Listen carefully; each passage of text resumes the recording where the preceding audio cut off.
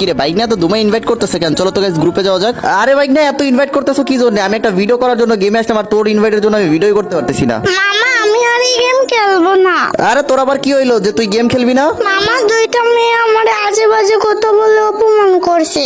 তোরে আবার কি বলছে? তুই আবার এমন কি কাজ করছিস যে তোরে আজে বাজে কথা বলে অপমান করছে? আরে মামা আমি ঘুম থেকে উঠছি, ঘুম থেকে উঠে গেমে ঢুকছি, আমার ইনভাইট দিছে, আমার নিয়ে একটা সিএসটি স্টার্ট দিছে, কিল করতে পারি নাই দিকা ওদের মাইনাস লাগছে, আমার গালাগালি করছে, আমার অপমান করছে। ও আচ্ছা এই ব্যাপার, তুই ওদেরকে বলস না তুই মিশা ছোটার ভাই না? আরে মামা আমি ওদেরকে বলছি কথাবার্তা সাবধানে বলো, কিন্তু ওরা তোমারও গালি দিছে, গালি দিয়ে আমারে কিক দিয়ে দিছে।